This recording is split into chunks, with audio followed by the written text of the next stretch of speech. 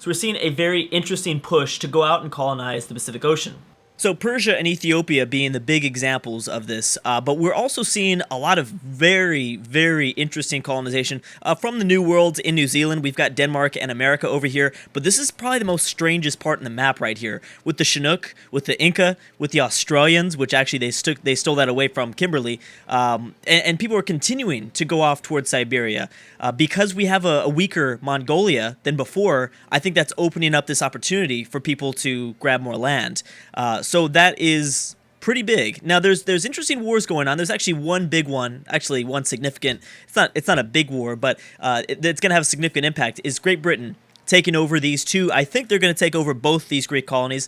No guarantee. I have no idea what the AI is thinking. I have no idea how smart Queen Victoria is at this point. I mean, she's doing pretty well, but obviously, if she takes over Scotland, that will be a huge find for her.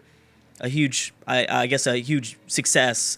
So she's going to have multiple ironclad attacks. Technically, she can get 4 melee attacks in, like right now, if she wanted to. She also needs to reinforce with a few more units, but she did take Amsterdam. And Amsterdam there is a route from Rotterdam to Amsterdam, so there's going to need to be at least a few range units here to stop Alexander from continuing to invade this city.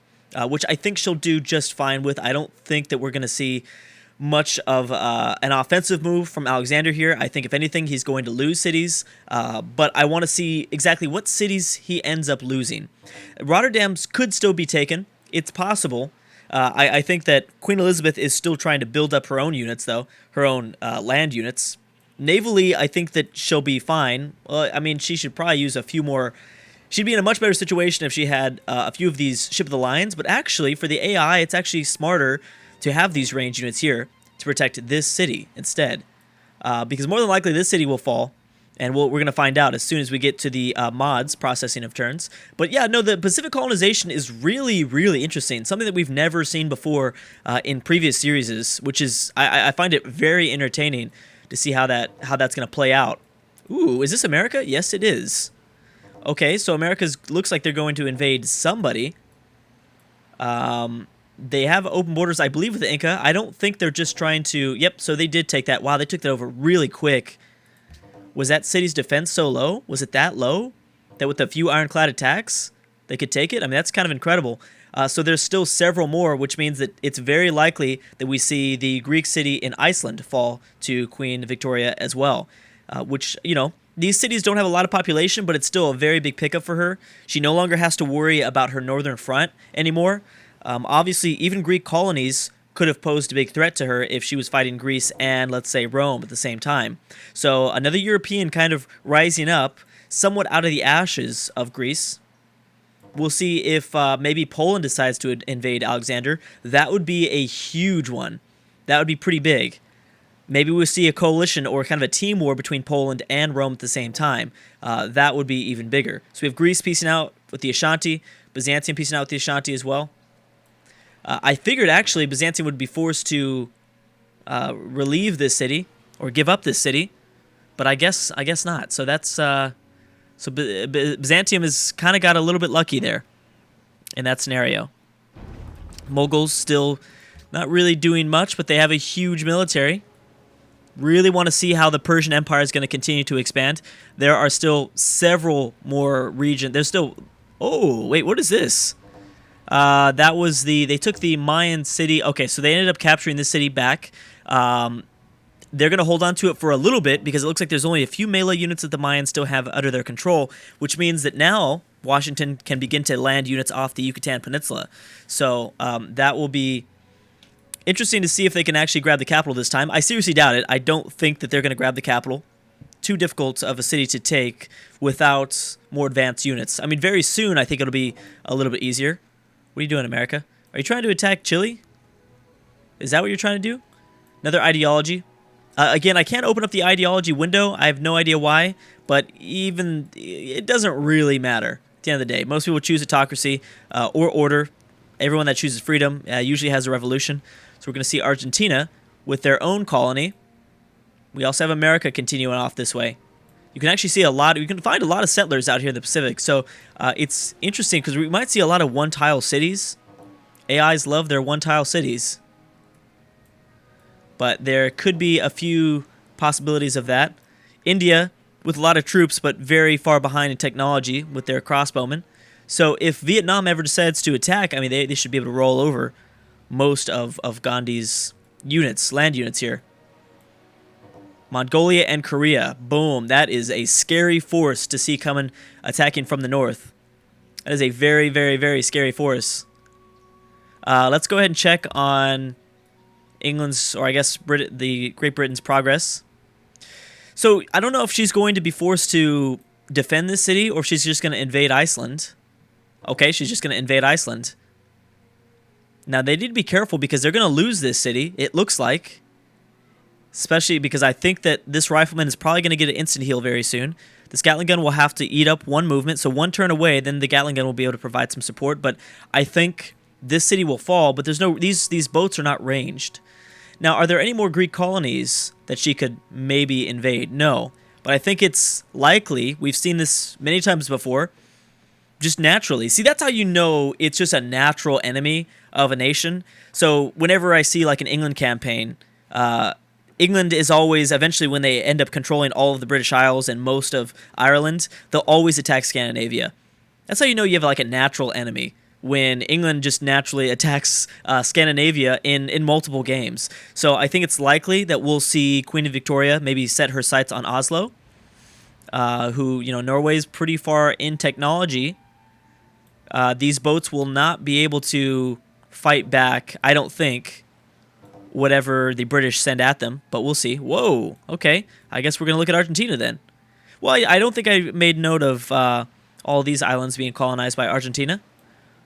Argentina doing a very good job themselves. I still cannot wait for that Inca-Argentina war, which I think, I'm assuming that would eventually break out. I'm assuming that has to break out at some point, but I don't know. What are you doing, America? So you have open borders with Chile, I think, or you're at war. No, if you were at war, you would have lost a bunch of health. They must be at war with somebody that I do not remember. It can't be Argentina. It can't be the Inca. It could be Colombia. That would make a little bit of sense. Or you're trying to reinforce Philadelphia or some of your new... Oh my gosh, you've got 2 settlers coming out over here. Actually, I think you might have 3. I thought you had one a little bit further out. Yeah, you do. You do have 3. So America is not stopping with their forward settling. Oh my gosh, there's another one here.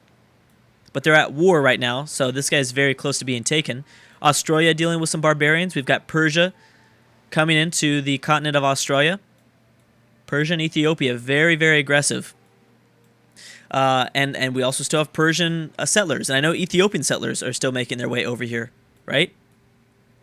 So these civs that are continuing to colonize, it's very interesting because of this large map. It makes the game fair.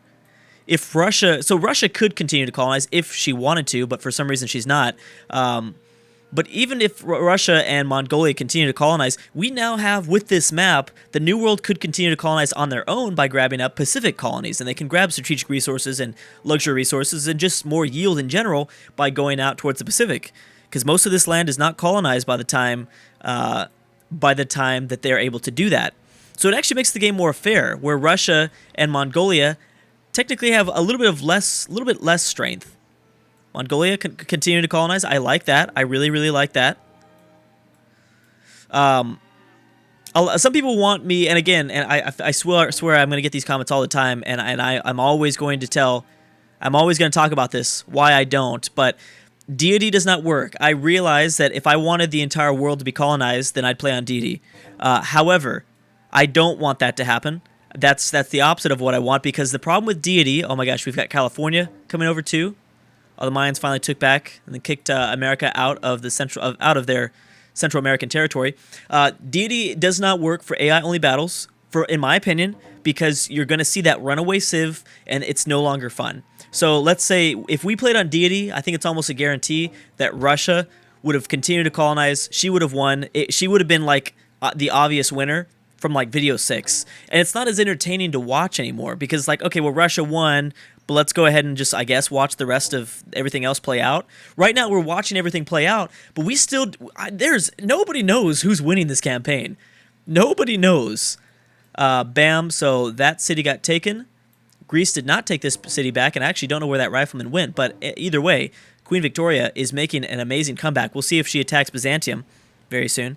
But right now, nobody knows who's going to win. I swear, I see everybody's power rankings in the comment section, and I love those, by the way. But it's very different. It's very, very different.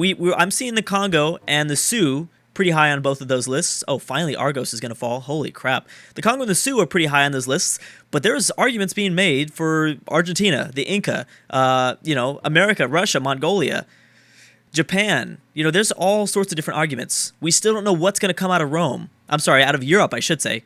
I guess I was thinking Rome. But we don't know. Europe still's not settled down. It could be Rome that is the power out of Europe, but it could be Queen Victoria as well. I think it's unlikely that Greece is at this point. I think the crumbling of Greece could give Rome a lot of power, or it could bring up a new power like Poland, or maybe even Byzantium. But we'll see. I think Russia is going to gear up for a war against Byzantium, and I think that's going to be the end of them. Maybe Poland will attack Alexander to the south, but we'll see. Yeah, so Argos is going to fall. And actually, is there any other wars? Oh, there were Newport wars that popped up. Okay, so we've got the Huns versus Australia. Germany, who still exists. Oh, Babylon is going to be the one that destroys, I think, because Novgorod won't get up here. Babylon might be the one to finally destroy, Bismarck in Istanbul. A lot of nations dealing with some barbarians, which is very interesting. So these are the final Greek colonies, which I'm wondering if England will decide to go and attack. I don't know, but now England's pretty much free to do whatever they want. England can still colonize Greenland, and I really think that would be a very smart move for them. There's actually a lot of strategic resources that they could use. They could trade to other AIs. Obviously, there's uranium. There's also mountains. It'd be tough. I mean, the food would be really, really bad, but it would still be very interesting to see how they try that. Oh, revolution. People of Russia have risen up, and they've adopted autocracy. So that's probably why Russia has been so slow, at least for the last several turns. She probably adopted... I bet you she adopted order. And at that point, you probably dealt with a lot of negative public opinion. I'm thinking. So for a few more turns, I think Russia will be able to do a lot more. Ooh, and Russia also coming in after Tibet themselves. How's Mongolia doing? Mongolia and Korea still working hard. Now, this is the time that Japan needs to strike. Japan needs to strike the Eastern Asian nations. We have the Huns and Siam piecing out. I know I saw that war. So Brazil versus Chile. Interesting. Actually, that's Chile. Yeah, Chile's not going to be able to do anything. This is Colombia. Chile is going to be fine. Mongolia is not going to do anything to Brazil. So the Inca, I think by the next 100 turns, will have most of the Inca or the Argentinians will have most of Latin America destroyed. The other two, I guess all the smaller nations. So Chile, Brazil, and I think Colombia will be gone in about 100 turns. We'll see. America still attacking. They really need Texas's help, though. America needs Texas on their side at this point. Colonies still coming out. Did America survive with this? Yeah, I think America might be going to Tasmania, possibly. Oh my gosh. Australia is going to look so crazy. Oh, you know what? But Persia left, I think. Oh, no. What am I talking about? Persia's right here. Never mind.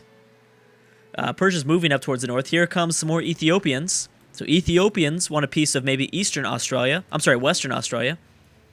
Can't even do my directional skills right now correctly. This is the time, man. This is the time, Japan. You invade right now, and Korea really... I mean, Korea has a technology advantage over you. They do have submarines, but most of their troops are pretty far away. Actually, you know what? They could probably reinforce quite quickly, but I think Japan would get like a 5 or 6 turn head start. Finally, Argos has been removed from North Africa. I mean, Alexander was trying to support that city with some frigate attacks. We still have a very, very, very divided Africa between the Congo, Ethiopia, and the Ashanti. I love the way Africa is so divided. Kind of 3 powers rising up. We've got Brazil and the Sioux piecing out. Anybody else besides the ones that I've already mentioned? I don't think so. Turn 337.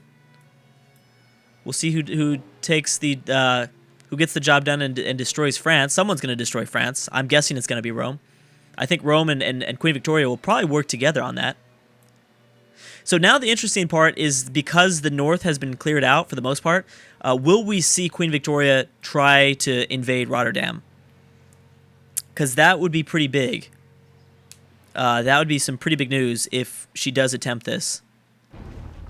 But she's been really reluctant to send troops off the British Isles and onto continental Europe, which is kind of a smart move, I guess. So again, America trying their best. It's not going to happen now, but when a stronger Air Force is present within Cuba, then yeah, I think that the mines will certainly fall to Washington. I think it's very likely. Again, North America is facing this time of peace, and actually it's very interesting because the two top civs that I just mentioned, who most people believe are the top civs, the Sioux and the Congo, are kind of at this point right now where they can't expand anymore. They're not as coastal as others. I mean, the Congo are going to try, but they're going to take a very long time to get off that way. But the Congo and the Sioux, who I think are 1 and 2 in terms of power, are really not going to be able to go any further because they're kind of trapped, especially the Sioux. And the Sioux are trying. Actually, you know what? I maybe take that back. The Sioux are in a little bit better of a spot, but these snow cities are not going to help them out at all. These snow cities really are not going to do much. So I don't know. They have to fight through war, and Ethiopia is just going to continue to take more territory off of Western Australia. America has shown that they don't even care. They're going to just send off, like, I think they've got 4 settlers out here. 1, 2.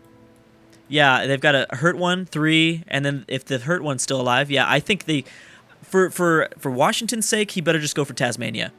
Just go for Tasmania. You know, it's got cows, so just deal with it. Just deal with it. How's Indonesia doing? And how's Indonesia feeling? See, that's the next question. Come on. Come on, stop this. The next question is, what are the Pacific empires going to do? Kind of getting their land slowly chipped away at some of these outside forces. How will Australia, Kimberley, and Indonesia kind of come together to maybe kick out Ethiopia, Persia, America, Denmark? I don't know. Now, if they work together and if they do it early enough, they'll have success. If they wait too long, though, then these established colonies will be able to produce enough units to probably protect these lands. So all this needs to be taken into consideration. We've got Indonesia with, looks like 8 cities. I love it. I love it, Indonesia. Very good job. How's Tibet doing? Tibet is still surviving. Russia, Mongolia. For some reason, these very epic, powerful nations very reluctant to invade Tibet. It's very strange. Anyways, guys, I'm about to stop right there. Really loving the way this campaign is playing out because we're still seeing colonization. So that is one of the 2 most exciting things. Number 2 is colonization. Number 1 is war. So the fact that we're playing on a bigger map means that it's even more exciting because we're still seeing land be colonized. That's why these AI battles, I'm thinking, in my opinion, are getting better and better. So I really am having a fun time. Hope you guys are as well. Thank you guys so much for watching, and I'll see you guys next time.